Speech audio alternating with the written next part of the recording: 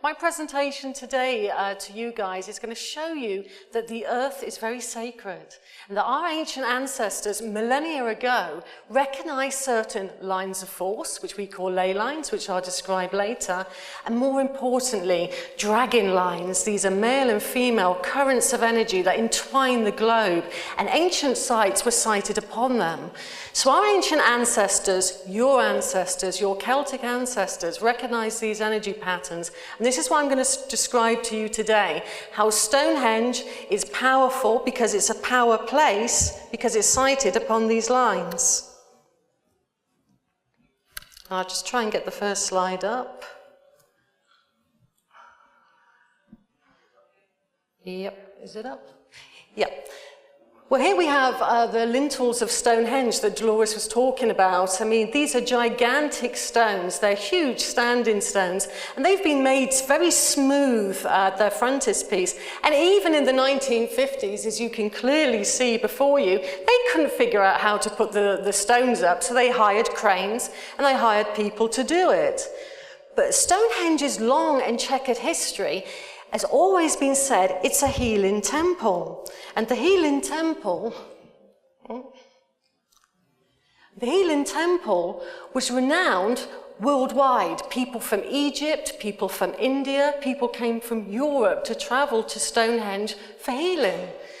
And this is one of the oldest depictions ever of Stonehenge. It comes from the 15th century, and it wasn't called Stonehenge to our ancient ancestors, it was called the Giant's Dance. And that's why the stones appear to be moving in this picture.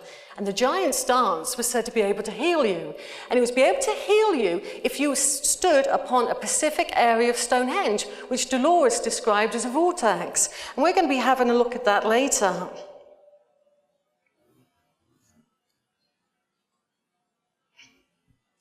And our next slide should be of the standing stones of Avebury Henge. Just sited 17 to 15 miles north of Stonehenge, you have one of the biggest megalithic complexes in the world. It's called Avebury Henge. And the standing stones there aren't like Stonehenge, they're kind of rough and they're kind of ready. But this ancient site is said to be feminine, whereas Stonehenge, we'll find out later, is said to be masculine. And people go up and touch these stones, and they touch the stones in certain ways, and they receive energy from them. And I'm going to show you that with very sensitive electromagnetic sensing equipment, we can find anomalies in these standing stones. For example, the standing stone that you can see before you now, well, in a moment, hopefully. Let's go on. Yeah. The standing stones you see before you now have magnetic anomalies in them. So when you sit in certain chairs, and these are called megalithic chairs at Avebury and other sites, you again receive the energy through your third eye. And the energy that comes into your body is all healing. And we're going to have a look at the colour of earth energy, and we're going to look at the sound of earth energy as well, because we're in a critical moment in history. A lot of the speakers earlier were talking about angels, and they were talking about now is the time to listen to what the angels have to say. I'm the sort of person where I've been working with Gaia, I've been working with the earth energies, and it's time now that we listen to the earth. And in America, you have some amazing sacred sites, and this is called a mound, Monk's Mound in Illinois, I think. It's one of the largest mounds in the US, and this is said to be all healing, a bit like the energy sites in England. And the next slide I'll present is Woodhenge in America. And that's a kind of wooden version of our Stonehenge. And again, these sites were known to our ancient ancestors to be all healing. Now, I call the earth energies the earth force, because as we're going to see in the presentation now, the earth force is all powerful and it manifests in specific ways. And what you're probably familiar with is the term ley lines. I'm sure loads of you here today have heard that term. But what is a ley line? In England, we call ley lines a straight line that runs for more than 10, 15 miles and stretches over sometimes 100, 150, 300 miles. This is one of the UK's longest ley lines. It's called the St. Michael ley line. And it has numerous ancient sites sited upon it. Avebury, those standing stones I showed you earlier, is at the exact center. And we have to see these energy lines as lines of force. They're magnetic lines of force that encompass the globe. Yeah, you have them in the States. You have them in Europe. Our ancestors saw these lines of force and they put the power places upon them to harness the energy. Now, in the 1960s, this ley line was discovered by an author called John Michell. In the 1980s, he asked two authors called Hamish Miller and Paul Broadhurst, very famous dowsers and sensitives, to douse the ley line, because Avebury cited upon it, another sacred site called Glastonbury, which Dolores was talked about, was cited upon it, to find out what was going on. What they found out was extraordinary, because ley lines aren't just ley lines. Encompassing, and if you imagine like weaving in and out of the ley line, you have two currents of force. One is seen as feminine, yin, and one is seen as masculine, yang. And these powers of force are literally contained by the ley line, and they're far more powerful than the ley line. In ancient China, these were known as lung mei, the dragon's breath, the power in the land. And whatever ancient site is cited upon the yin line has feminine characteristics, and whatever cited on the masculine current has masculine characteristics. So we can understand the sacred sites now in terms of yin and yang energies. In China, where these lines crossed, or where these lines met, was exceptional power, reserved for the emperor's tomb and palaces alone. In England, Stonehenge, Avebury-henge, all our sacred sites are sited upon these yin and yang currents. We call them Mary and Michael. The reason why we call these energy lines Mary and Michael is because it's extraordinary. Every 5 to 6 miles on the Mary line, which is the current that entwines the ley line, was sited a church dedicated to the Virgin Mary or Mary Magdalene. On the masculine line and current, every 10 miles was a church dedicated to Saint Michael. So they were called Mary and Michael energy lines. And they are vital. See them as the Earth's arteries and see them as flowing rivers of light. And then the great megalithic sites, such as Avebury-henge in Wiltshire, like the slide shows you, the top slide shows you about sort of 500 standing stones in the shape of a serpent, with the belly being the stone circles of Avebury-henge, and below that what Avebury-henge probably looked like 4,500 years ago, with a few standing stones to give you an image of what Avebury looks like. And Avebury combines those male and female currents. And this is a map of the local landscape. You see St. Mary's Church on the Mary current. That means that church is full and imbued with feminine energy. They cross at Windmill Hill, which you see before you, and they cojoin at Avebury-henge, yeah? So imagine these two female and male currents entwining the ley line. Well, people said to me, but Maria, is that just you picked them out with your dowsing rod? Are these energy lines real? And does the Earth Mother really emit these really strong arteries? So we decided, along with 2 experts from Oxford University, to test out the theory. And we employed some very deep copper rods deep into the central Mary line to see if we could get a signal. I'll just show you the next slide. Sorry, I have to go back. And what we found was amazing. We put the copper probes into the Mary line and we got 3 anomalous signals, which, although they're very faint, you can see before you. And then the Oxford professor said, this is a kilohertz, which is really a frequency range that our ancient ancestors may have heard, because roughly speaking, we hear around about 22 seconds per cycle in hertz. Well, the Earth force emits a cycle about 25 hertz. So perhaps our ancient ancestors at sacred sites like Stonehenge, like the pyramids, like Avebury-henge, could hear the Earth force. And that's what we think was going on, especially on those male and female currents. So these energy lines are like arteries flowing through the Earth, and we shouldn't block them. but we have with roads and buildings. In ancient China, to block a dragon line was a criminal offense. You couldn't build without going to what was called the Board of Rights. Sadly, today, China is becoming industrialized and no longer recognizes feng shui. But there are other patterns that are equally powerful within the earth. And these are the patterns at my workshop. The next pattern I'm going to show you, we're going to be finding at my workshop, which is held on Sunday at 6:30 to 8:30, because the ancients recognized vortex energy, and they recognized vortex energy was all healing. In England, we call the pattern that you can see, that spiral pattern, a geospiral. And a geospiral is like a vortex. It goes round and round and round, spinning energy, if you like. And our ancient ancestors called it the esoteric center. So at the center of Stonehenge, you have this spiral pattern. At Avebury, you have this spiral pattern. So we think of it as the sacred center, the heart of a sacred site.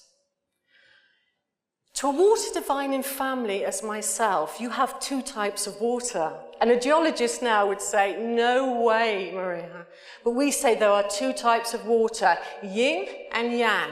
And you're probably familiar with yang water, because yang water falls from the clouds and it fills up the water table, yeah? And that makes aquifers in the land. And we're all probably familiar with that term. That's yang water. And our governments in England and in Europe and in America are going to be telling us we're running out of water. You'll be told probably dry states like California and here, you're running out of water. A water diviner like myself would say that's insanity, because you have what's called yin water, and yin water is so sacred. It emits a spiral pattern, that's what you're seeing, and it is perpetually generated deep within the womb of Gaia. Gaia, our mother, our one mother, can generate water. And where this water breaks through to the surface, that's your sacred spring. And where people used to bore down in England, that would be your holy well. This water is all healing.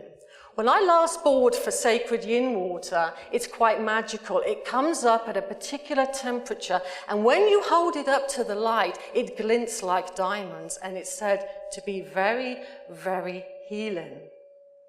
And there's much more anecdotal evidence that says yin water is healing, because the animal kingdom knows what's good for it. It has a great instinct, animals. Horses, sheep, and cattle, they're attracted to certain points in the landscape and they lay down and give birth or simply sleep because they're instinctive, they know what's right for them. And 9 times out of 10, horses and cows and sheep, they're attracted to this geospiral pattern and they sleep there. So in the Second World War, sadly our troops, being really tired, used to go across France to liberate the French people out of German control. And they were tired and they had rheumatics and they must have had so much fear in their souls, but they would watch where the cows had laid and they would coopy down and sleep and in the little kind of pouches that the cows make in the grass. And they all said the same thing upon waking. Our rheumatics had gone. We felt really good. And more than that, what they said was, a female figure came to me. It could have been their lover, their wife, their mother, their grandmother, their aunt and their sister, but a female figure would come to them in their dreams and tell them they were going to be fine, they would outlive the war. And we believe that was the goddess manifesting herself to these people. And they certainly were healed of all their rheumatics. So when you go to a sacred site, when you go to the center of a sacred site, you're interacting with the geospiral phenomenon, which is the harmonic surface pattern of that very sacred holy water. But a geologist would disagree with me. Here at Stonehenge, those black sections on the outside are the outer stones. Right at the center, at the heart of Stonehenge, you have that geospiral phenomenon. And it's very healing. And we're going to see what earth energy looks like in a moment. But there's another sacred pattern, and it's called circular earth energy. And circular earth energy manifests naturally in the earth, yeah? It's just like you can manifest thoughts, you can manifest feelings. The Earth Mother, she too can do that, and she manifests circular energy patterns. And our ancient ancestors, millennia ago, recognized these circular energy patterns, which are called a primary halo, and they sited standing stones upon them. And more than that, if you look at cathedrals, this is Salisbury Cathedral in the UK, not far from where I live, it too incorporated the same ancient patterns our ancestors recognized in the land. Now, at Salisbury Cathedral, you have a huge spire. It's one of the largest spires in the UK. Whenever you kind of put a roof on something or you enclose earth energy, you cause it to spiral upwards. So it creates even more of a healing environment. And you know, when you go into very old churches in the UK, they have that spirit of place. They have something sacred. And when often you go into a modern building in the UK, it lacks that certain something because we believe it lacks the earth energy. And there's another very sacred earth energy pattern. It's called a branch spiral. It's life enhancing. Again, our ancient ancestors recognized this, but more importantly, the European bloodline, they also recognized this energy pattern, and where it meanders around on its spiral, it would generate energy that would increase your life. And many ancient sites across the world incorporated this energy pattern. And if we turn to America, we see Serpent Mound.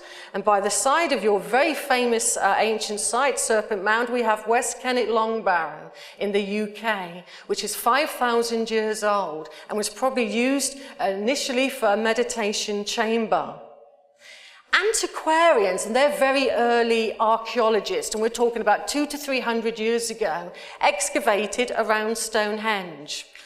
And they used to ransack the barrows.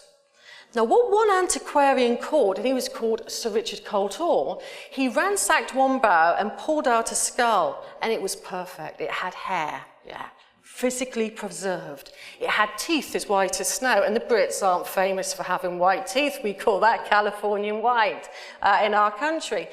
And he said, this is impossible. This skull cannot be preserved that long. That's what mummies are preserved in Egypt. This cannot be so. So what he did, he took a sledgehammer, that's a really big hammer, and he smashed the skull. It didn't smash the first time. He took a sledgehammer again and smashed it again. It didn't smash. And only on the third attempt did that skull smash.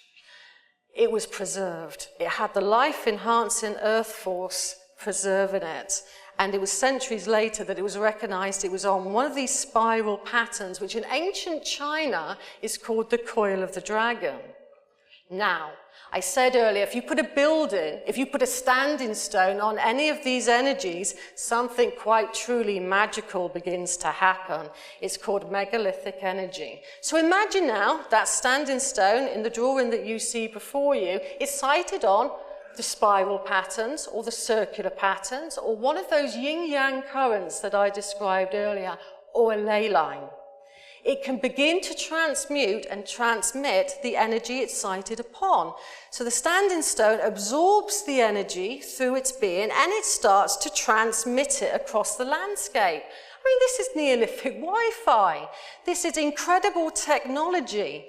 And even more incredible than that, we notice that band 2, which you see before you, transmits a linear beam to the next stone in the stone circle, to the next stone, to the next stone, to create that matrix pattern that you see before you. Now, a stone is rooted into the ground. You have to root a stone into the earth. So it has 2 bands below ground, yeah, making 7 energy bands, which equate to our chakra system. So just as humans have a chakra system, we're to think that buildings have a chakra system, and standing stones have a chakra system. And the third band is truly magical. If you experience this in the UK at an ancient site, you put your hands on the third band and you lean slightly and you feel the earth force pull you towards the stone. It's that energy pulling you in. But people say to me, like with the Mary and Michael lines, but Maria, does this really exist? Just because you can feel it, that's anecdotal evidence. Just because your rods cross in a found position, that's anecdotal evidence. Surely sacred sites can't have strong electromagnetic healing power. They do. Again, we called in Oxford University Professor Rodney Hale to say, I'm going to douse these energy bands, these megalithic chakras, and we're going to see what signal they emit at. And precisely at those energy bands, and this is a stone at Avebury Henge that you can see before you, when that electromagnetic recorder touched that band, it registered the energy. And again, it's just out of audible range. It's called ultrasound. And that runs about 25 hertz. And I am sure that our ancient ancestors that were really sensitive to their environ could hear earth energy. And they could hear the sound of the standing stones. So we could have heard it millennia ago. Perhaps our modern lifestyles have made us slightly deaf. So we know we can hear it. We just need the equipment now. So what does earth energy look like? Could we capture that on camera? Can we really see what earth energy looks like? There's he's well known in the United Kingdom. He's called Harry Oldfield, and he's developed a filter that you place on a camera that he claims can video and record earth energy. I met up with one of his colleagues in the UK because I can precisely tell you where earth energy is. And he said, Maria, we want to work with this and we want to see what earth energy looks like. Because you've always said it's a chakra system, let's see if we can pick it up with this new equipment. And this is what we got. This is a standing stone rooted into an earth energy pattern. It's absorbing that energy and it's coming up in, as I'm sure you guys know, in the chakra color sequence. So we must imagine earth energy is rising up out of the ground, yeah? And this doesn't have to be an ancient site. I can show you, this building is remarkable because there's a kind of a pyramid section in the foyer, I think you call it, or the lobby, yeah? That has similar energy here. So now I'm going to show you somebody walking through earth energy to see how you experience it.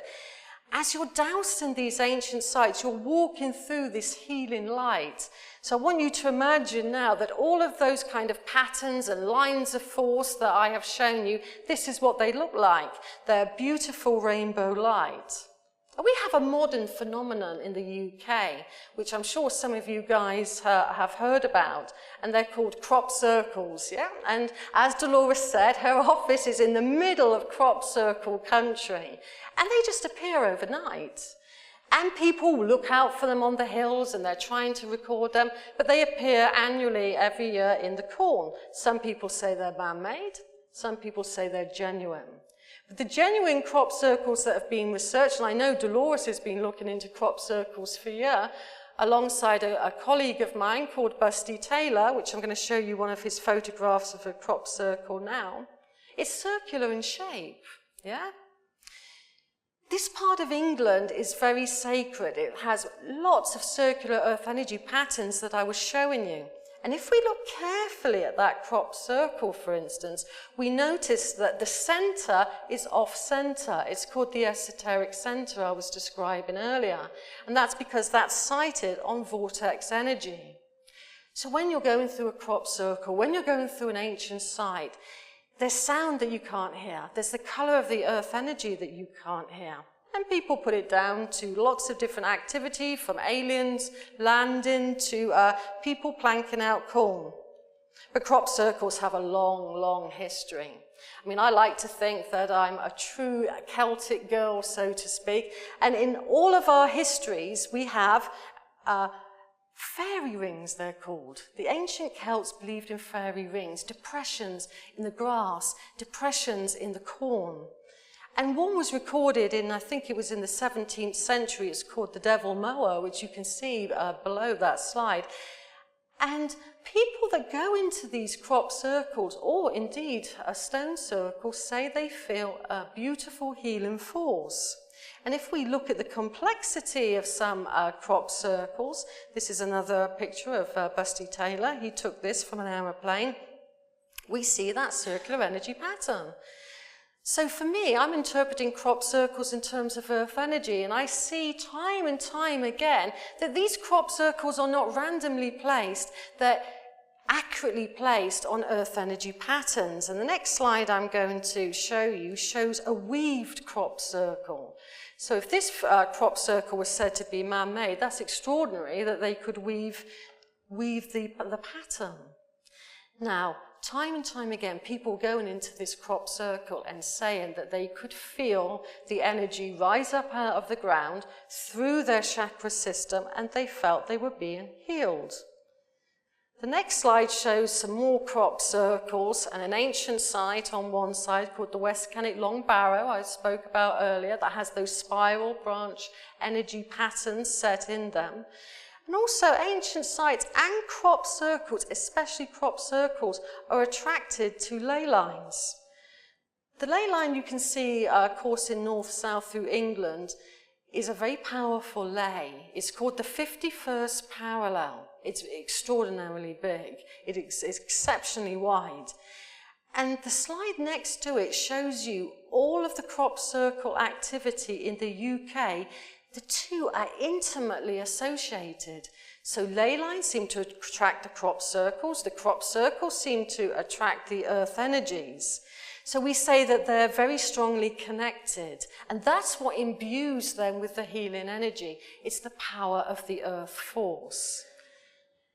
Now, the earth force also emits grids, and one of the most powerful grids is called the primary grid.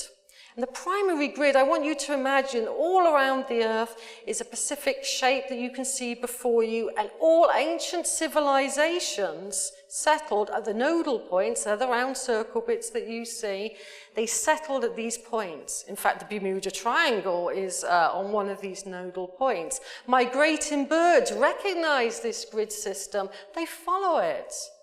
Animals instinctively know what to do because they're following like a grid system. Now, this is quite a positive grid system. It was said to have enhanced, mankind's ability. Hence, ancient Egypt is sited on one of those nodal points. But not all grids, not all earth forces are positive.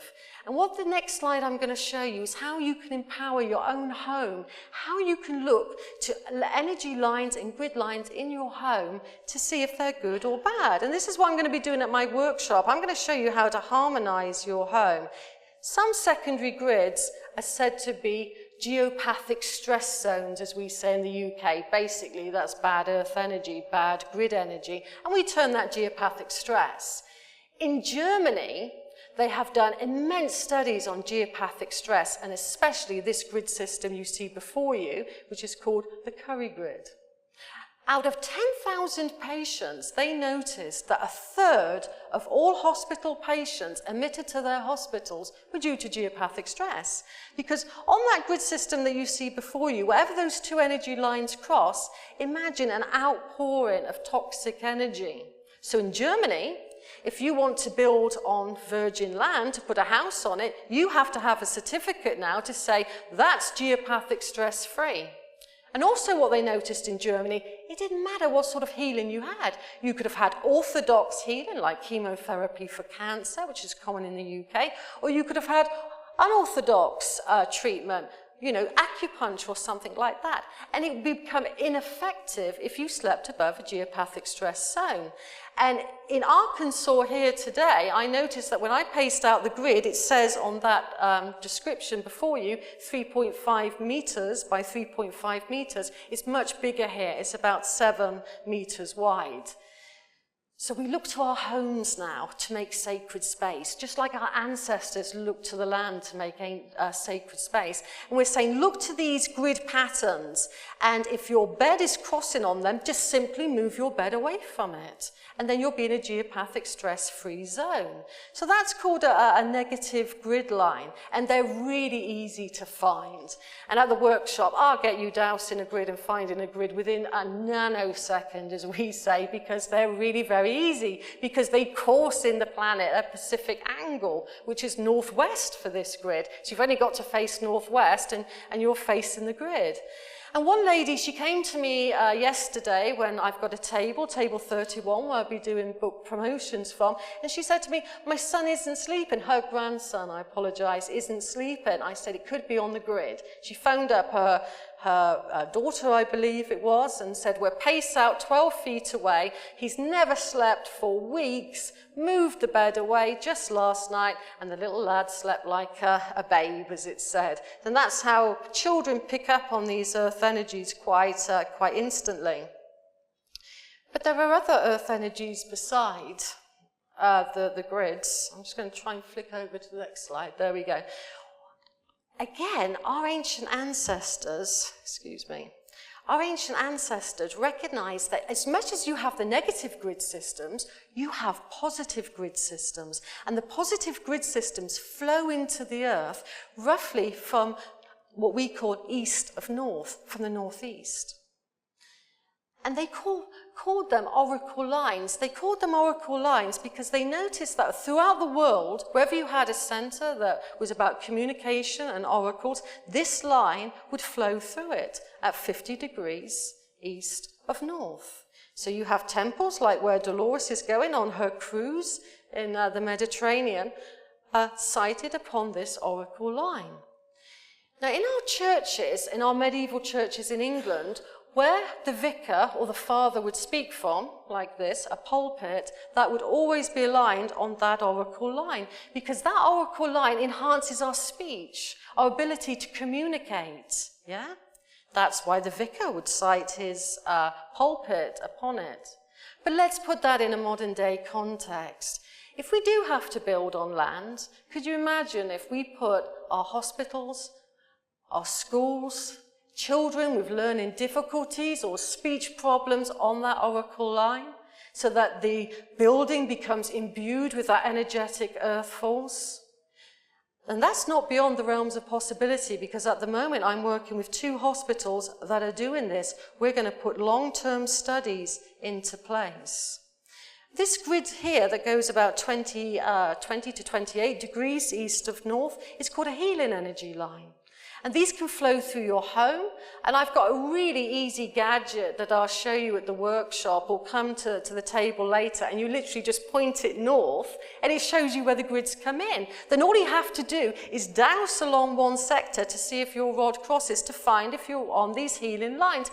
Because you're sensitive people here, you're light workers here. You can sense, can't you, when land is good and when land is bad. The difference that our ancestors had is they could interpret the lines, because we came to a point sort of about 20 years ago where we just coined everything ley lines, a generic term. And now we're really going back and having a look and realizing that these lines imbue the planet. This is Glastonbury Tor, which Dolores came out with me for the day. This is sited precisely on that healing energy line. Now water, crystals in Arkansas, they are a fantastic conductor. So wherever you have water, yeah, or crystals like here, and these lines or any of the earth force manifesting on that type of geology, whoa, that becomes twice as strong. Now, can you remember earlier when I showed you what earth energy looked like according to the Harry Oldfield filter? Well, this is what energy lines look like. Don't see them as just a line. See them as alive and vibrant and full of colour. And some energy lines, this is a stone circle near Avebury, they emit extraordinary colours. And we can understand ley lines now through the harmonic colour. And I've been showing people throughout this conference how to ascertain their own aura colours, the colours of ley lines and earth energies, by using this very simple gadget. And it's really easy to do. You just literally put a pendulum on it and find out if it's a good colour or negative colour. And if it's a negative colour, you simply ask this dowsing aid, show me the harmonic healing colour. Because in England, we don't move ley lines. We don't block ley lines. We don't tamper with the earth force, because we think it's bad practice. If you have a negative ley line going through your home, you don't block it. We don't in the UK anymore. And what we don't do now is that horrible stake where you used to put a metal stake into the earth to block that ley line, like she's a vampire. We can't do that. So what we're tending to do in Europe now, we're using high colour frequency dowsing. And if you have a negative energy in your home, let's harmonize it. Let's find out the colour that will create a healing zone. So this is what we do. So we look at a house, for example, and we look to the colours and to the codings of it. And if you have a negative colour, you can harmonise it, and it's really easy. You can use visualisation, flush that energy out with the colour that the dowsing aid tells you to use, or you could use a colour crystal. And grid lines and earth energies, you saw that wondrous colour they emit, all those chakra colours simultaneously. Well, that tends to enter our bodies via the solar plexus. And if we're healthy and have no geopathic stress and live in a good place, then our bodies literally form a cross. And we're going to have a go at dowsing this. We're going to have a go at feeling with our hands. Can we feel this sacred cross? Yeah? And this sacred energy cross comes in at our solar plexuses. And when we're healthy, this is what it's like. But if you live in a toxic area and you have geopathic stress, suddenly the energy cross becomes diagonal. And maybe some of you have lived with geopathic stress, and then your bodies react this way. So the whole idea now of working with Gaia is looking for these sacred earth energy patterns, like the geospiral, the esoteric center, like the ley lines that have the power coiling around them in a caduceus fashion, those yin and yang dragon lines. Long Mei, they were called to the ancient Chinese. Let's view this earth upon which we live as a living being, because Gaia, she is really suffering at the moment because people have forgotten her patterns. People have forgotten her silent language, which I'm trying to show you now. These are the patterns.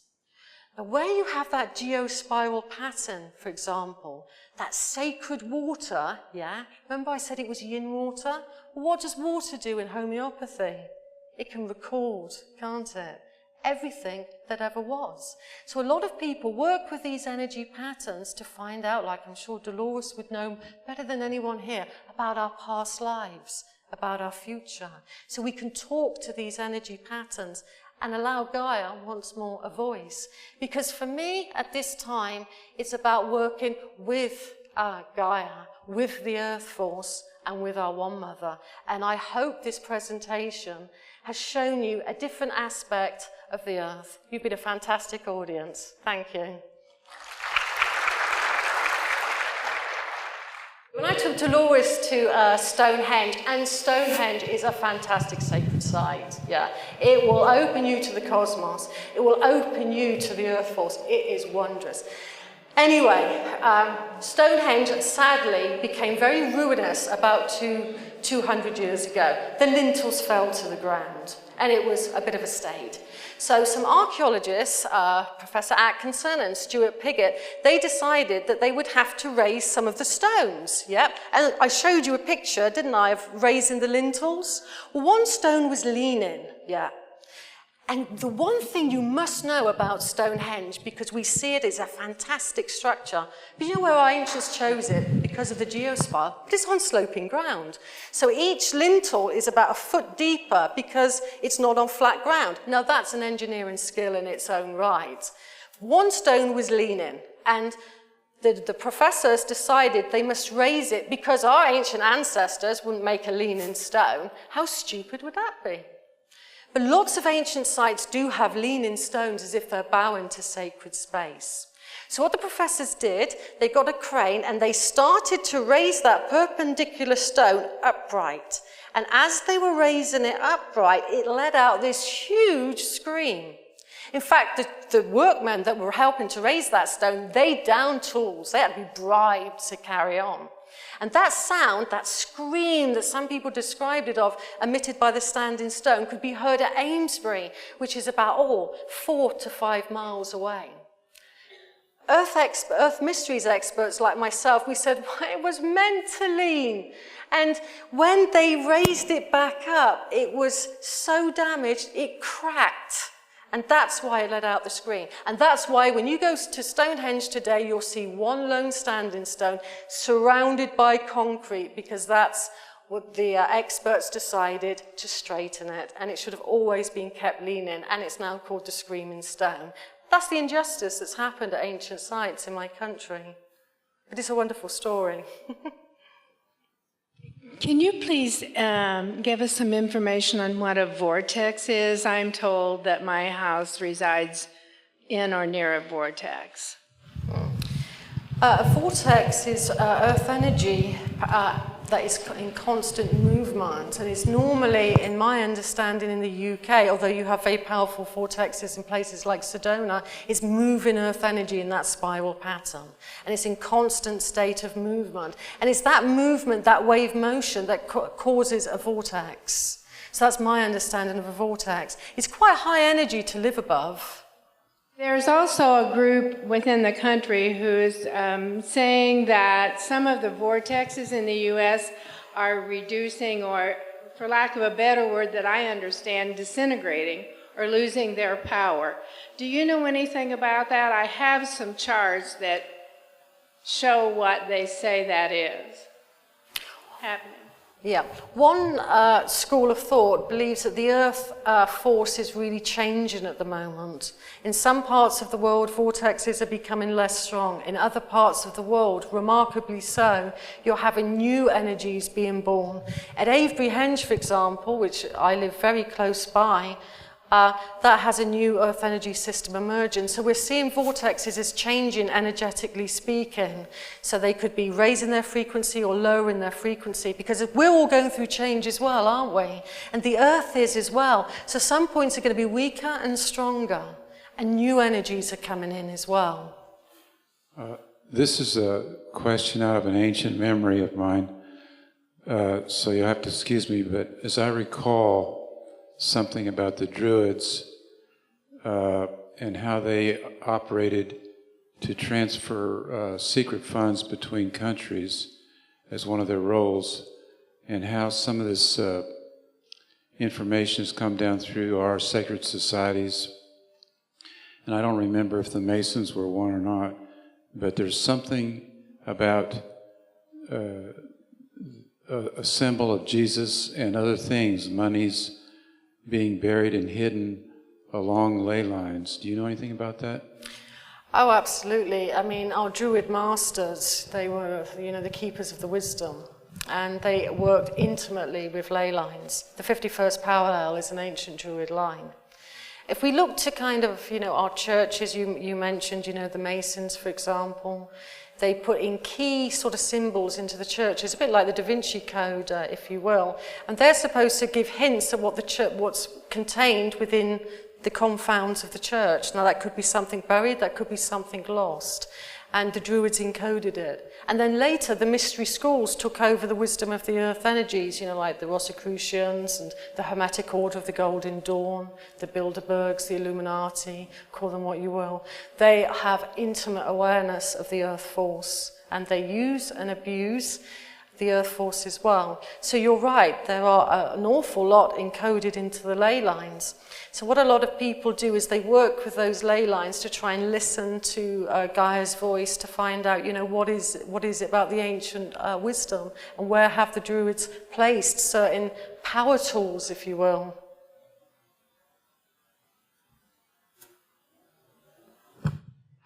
I spent some time in Cambodia, and I was wondering about if there's any significance to how the temples around Angkor Wat are situated. Yeah, I know a European dowser that has done far more work with kind of like Hindu temples and temples in Cambodia, but you are really right. I mean, what they do in kind of Hindu temples and in places like Cambodia, the size of the door, for example, is the width of the energy line entering. And again, it will be female, it will be male, or it will be neutral. And where you have the big spires that come out of Cambodia, don't they? That's encouraging the earth energy to enter like through the door and then spiral round. And when you're stood beneath that type of energy, it's said to literally come through, like your chakra system into your auric space and expand you spiritually. And then there's always two doors, isn't there, normally in those temples, yeah? And same as two doors into a church, although ours are kind of like one is open and one is closed. That's because you're supposed to walk around the ancient temple, following the energy line, and then bathed in the dome of the energy, then you come out the other door. That's a secret code of like Eastern culture to do with earth energies, especially powerful, as I'm sure you felt.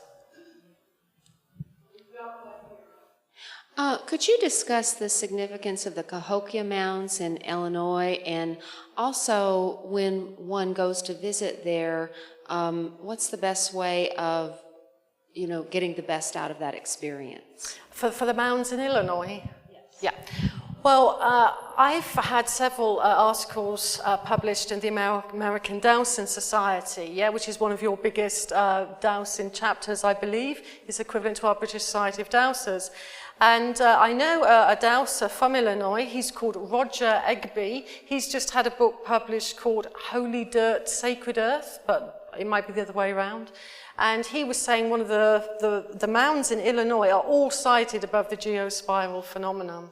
And one of the best ways to approach a mound is normally to walk around, if you can, in a spiral motif. Yeah. Or to try not to go up. Like on Monk's Mound that I showed earlier, it's a very famous ancient site in Illinois, I believe, and you're guided to walk straight up, aren't you, through the steps. The idea is you go around in a spiral pattern. That way you're harmonizing with the earth energy, you're harmonizing with its force field, and hopefully interacting with the energy mentally and emotionally to see what that site can give to you. So it's how you approach something. Try and get onto the nearest energy line and then spiral around. All our mounds in England, all our burial mounds, had a spiral approach. It's only in our modern world that people put in steps that go vertically up. You're not benefiting from the earth energy in that manner. So that's a very good question to bring to people's attention. Thank you. Hi. We have such a devotion and appreciation for the beautiful crystals, and I know here people dig them, and it's exciting, to find. And I just have a question, because I've heard recently that it's time for the crystals to go back. We should release them, and that we really should leave them alone. So, what's your take on that? Yes, I must admit, the jury's out, as we say in the UK. I really don't know, but a part of me feels we should now stop taking the crystals for our own materialistic use and our own adornment. And I think, again, Gaia, she's been through a lot. Yeah, she's going through a lot now. And we can't keep take from our Earth Mother. And I think maybe it is time to put back. Because she is our one mother. We only have one mother. And we have to love her. We have to give back to her. Because if we don't work with the Earth Force now, we will perish. We have to now appreciate her beauty. She's 4 billion years old. Her wisdom is immense. And if we tune into these earth energy patterns, we can learn so much. Because we're her children, and she does love us.